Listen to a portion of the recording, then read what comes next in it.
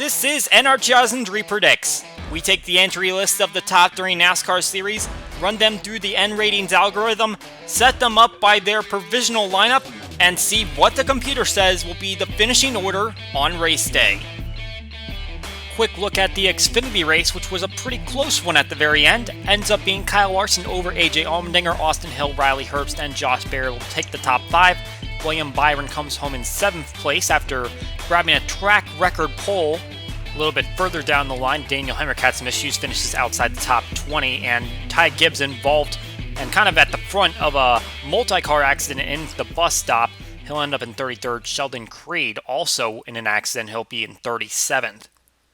Now it is time for the Cup event. Chase Elliott and Kyle Larson on the front row. The green flag's out here at Watkins Glen.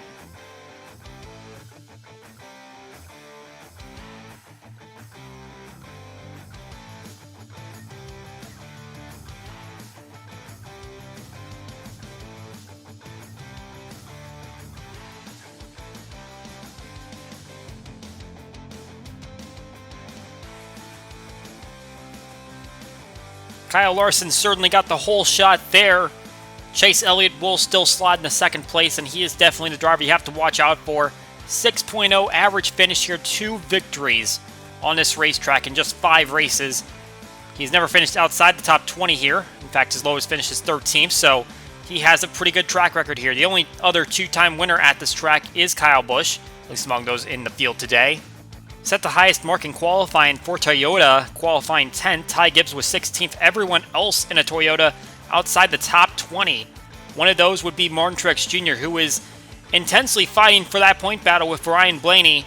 Lost a little bit of ground to the 12 car, which is a little bit backwards to what we would expect. Blaney really struggled at Richmond, but both drivers went out there with the top 10, and Blaney scored more stage points. Looking at Kevin Harvick, who's coming from the 24th starting spot. Not a great performance for him to start off with after winning the past 2 races.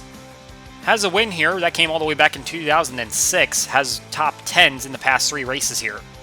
Brad Keselowski has a pretty decent track record here, but no victories. Runner-up finishes 3 times in a row between 2011 and 2013. He won the pole here last year, finished 35th. First stage is going to go to Kyle Larson, followed by Chase Elliott, William Byron, Michael McDowell, and AJ Allmendinger. Going to the restart, and William Byron gets a great jump on the restart. Driver that really could have had a shot at winning the Xfinity race yesterday. Had the pole track record. Unfortunately made contact in the bus stop with Ty Gibbs and spun around. Christopher Bell had a great run at Richmond. Nearly had the opportunity to track down Kevin Harvick to grab the victory. Unfortunately came up just a little bit short. Oh, problems here. Austin Dillon goes around in turn 10. Turned around by Daniel Suarez. Ooh, almost gets run over by Harrison Burton. As Dillon pulls away, that will bring out a caution. And it looks like we have a split strategy here in the middle of stage 2. Several drivers staying out. A lot of them coming down, including the leaders. Austin Cindric now out in front. Kyle Larson grabbed a victory here last year. His first time winning at this track. And obviously he got the victory in yesterday's Xfinity race. Has to be a good momentum boost considering he's only won once this season.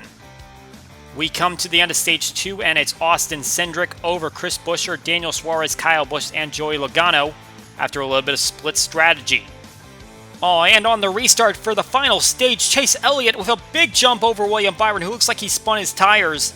Tyler Reddick's going to try to jump to the outside and take advantage of that situation. But problems here on that restart. Big hit for Martin Truex Jr., who gets turned around by Justin Haley, and Truex Jr. shoots full throttle into that outside wall, and that is going to take the 19 car out. That is huge for the point situation. And on the ensuing restart, now it's Tyler Reddick who has the advantage as he goes down into the first turn and grabs the lead. We've yet to mention Kimi Räikkönen, 2007 Formula 1 champion in this event. It looks like he's had a bit of a problem early on, as it seems a lot of drivers have been dealing with issues at this point. And it seems like he's running with a couple of drivers that have been on pit lane by now. Aric Almirola, we've been hearing that he might be returning next season, despite initially saying he'd be retiring after the 2022 season. He did not confirm that this weekend, though.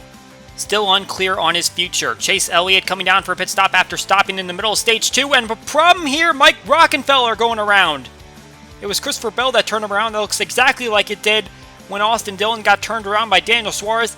That is going to bring out a caution, and that is a great advantage for Chase Elliott, who had just been down pit lane, as did a lot of drivers that pitted during that break. Ty Gibbs was out in front for a moment, but then Chase Elliott got the better jump, and now a caution has come out. Looks like a little bit of debris. Should mention, there's a lot of drivers that have dropped out of the race. Kyle Busch, Eric Almirola, Kevin Harvick, Joey Logano all seem to have gone behind the wall. We'll have to follow up on that. That's a lot of mechanical issues. And Ty Gibbs, a great jump on the restart. He is now out in front. Oh, Stenhouse going around off the front bumper of Harrison Burton after sliding in front of him. Big contact from Michael McDowell and Kimi Räikkönen. Räikkönen making his first start in NASCAR's Cup Series. And it looks like he's going to be taken out with that hard contact. He is going behind the wall. Unfortunate end to his day. Ryan Blaney has a great opportunity to make some points up on Truex Jr. after he dropped out of the race, but unfortunately, he is not running too well himself. He is outside the top 30, having some issues. Now, we should mention Ty Gibbs. He is back in this 45 car. Kurt Busch still out. He is not going to be back for the regular season. He can be locked into the playoffs today if we get a repeat winner. Even if Ty Gibbs wins, he isn't eligible for these playoffs, but that would make sure that even if there's a new winner at Daytona, he is still eligible for the playoffs. But now we got Chase Elliott battling Gibbs for the lead. Gibbs has been out in front. Elliott hasn't been able to get by him, but I think he's the faster car, and he finally gets some going up through the S's. Elliott is obviously going to be in these playoffs with multiple victories, and Kurt Busch would be plenty happy if Elliott were to go and win this one. And Eric Jones, who wants to get into the playoffs with a victory, trying to get by Ty Gibbs, unable to make it happen. Oh no, and it sounds like we have an electrical issue with Kyle Larson, who's running in 5th position. He was just on the back end of this small pack that was competing in the top 5. Unfortunately, though, Larson is not going to be able to complete this one. Meanwhile, Chase Elliott has taken the white flag, and he is looking at another victory on the season. 4 wins so far, all of them on ovals, hasn't gotten a road course victory yet. Tyler Reddick and the Trackhouse Racing drivers have hogged all of those victories. All of them Chevrolets, just Elliott hasn't grabbed one of them yet. However, he's won here twice before, 2018, 2019, and then came runner-up to his teammate Kyle Larson last year.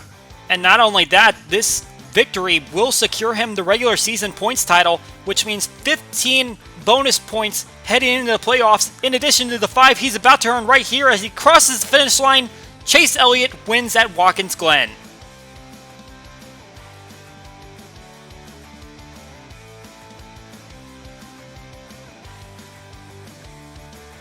And that's a 3rd victory at this racetrack for the driver of the number 9 car. So Elliott comes out with a victory. Ty Gibbs is able to hold off the rest of the field to come home with a runner-up finish. What a run for him. He had a solid top 20 at Indianapolis, and he had a chance to win the Xfinity race yesterday. Unfortunately, got a little too aggressive, racing with William Byron and made contact. Ross Chastain ends up passing Eric Jones to grab 3rd, and Byron will end up in the 5th position. Great day for RCR, who finishes 6th and 7th.